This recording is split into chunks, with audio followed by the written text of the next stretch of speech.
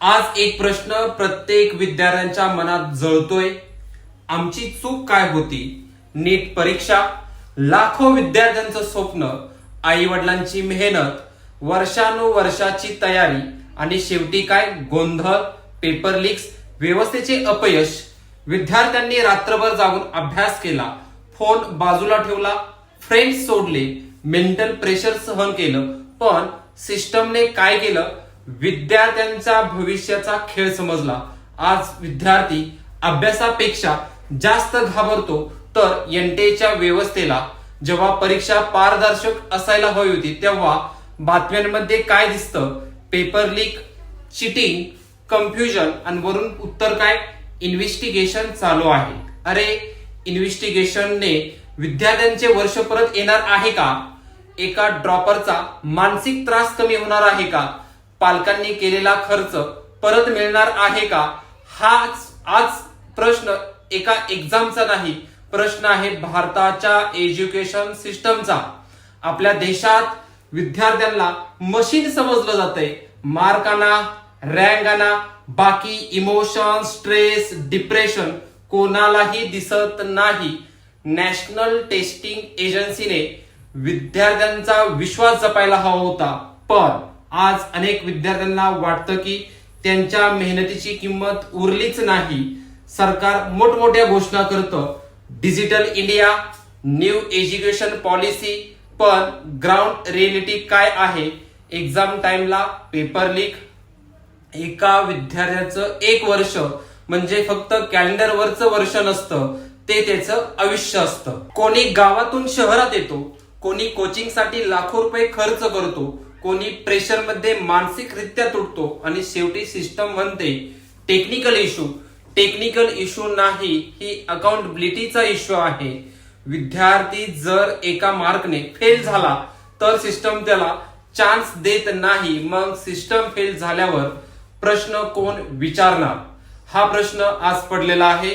आज गरज आहे ट्रान्सपरंट एक्झामची, स्ट्रॉंग सिक्युरिटीची आणि सर्वात महत्वाचं विद्यार्थ्यांचा आदर करणाऱ्या सिस्टमची. कारण देशाचं फ्युचर हे संसदेत नाही, ते एक्झाम हॉलमध्ये बसलेलं आहे. आणि शेवटी एकच सांगतो, विद्यार्थ्यांचा आवाज दाबू नका.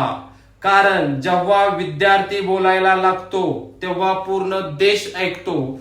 भारताचं नेपाळ झाल्याशिवाय राहणार नाही जर तुम्ही असंच केलं.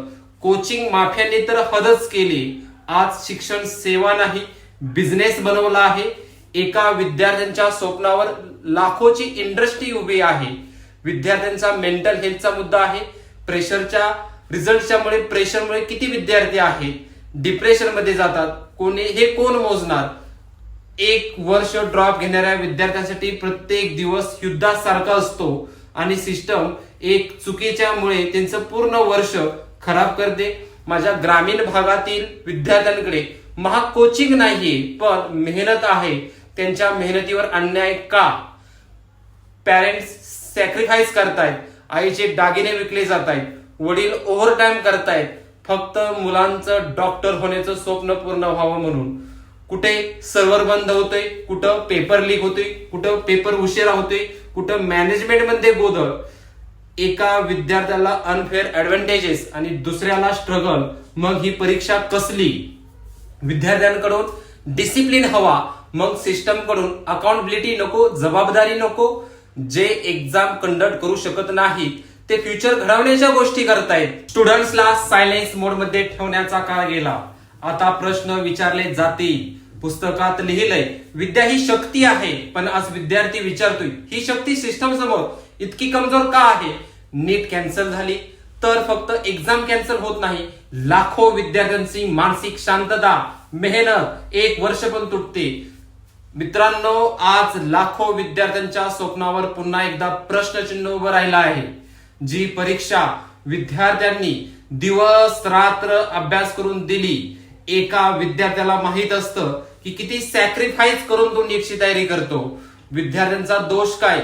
एनटीएने सिस्टमने सिक्युरिटी ठेवली नाही आणि शिक्षा मात्र विद्यार्थ्यांना. एक एक्झाम मागे लाखो इमोशन्स असतात. पॅरेंटची आशा असते, विद्यार्थ्यांचं फ्युचर असतं. आज प्रत्येक नीट ऍस्पिरंटच्या मनात एकच प्रश्न आहे, आमच्या मेहनतीची किंमत आहे काही नाही. गव्हर्नमेंट आणि एनटीएने आता फक्त स्टेटमेंट देऊन चालणार नाही. ट्रान्सपरन्स सिस्टम पाहिजे, स्ट्रिक्ट ऍक्शन पाहिजे आणि विद्यार्थ्यांचा विश्वास परत मिळवला पाहिजे. हा फक्त एक्झामचा मुद्दा नाही, हा लाखो विद्यार्थ्यांच्या भविष्याचा प्रश्न आहे.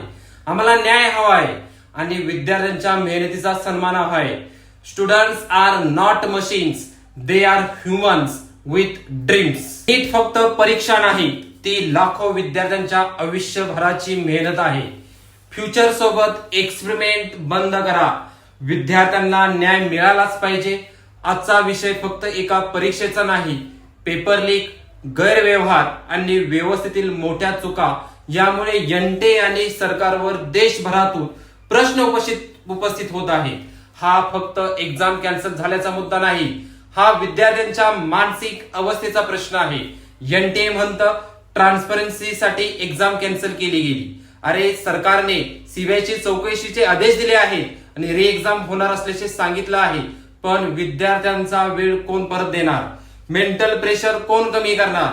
एका ड्रॉपर विद्यार्थ्यांच्या डोळ्यातील अश्रू कोण पाहणार?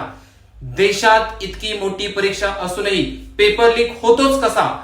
सिस्टम कुठं होती? सिस्टम इतकी वीक का आहे? हा प्रश्न आज सर्वसामान्य लोकांच्या, शिक्षकांच्या, सर्वांच्या मनात पडलेला आहे.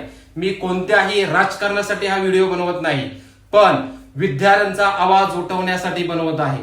कारण आज नीट आहे, उद्या कोणतीही परीक्षा असू शकते. जर खरंच देशाला फ्युचर डॉक्टर घडवायचे असतील तर फर्स्ट सिस्टम सुधारली पाहिजे, त्याच्यावरती काम केलं पाहिजे. विद्यार्थ्यांना फक्त मोटिवेशन नाही तर न्याय हवा आहे. आणि तुमचं मत काय आहे? नीट कॅन्सल होणं योग्य होतं का? सिस्टम तुम्ही हे नक्की कमेंट मध्ये मला सांगा. जय हिंद, जय महाराष्ट्र.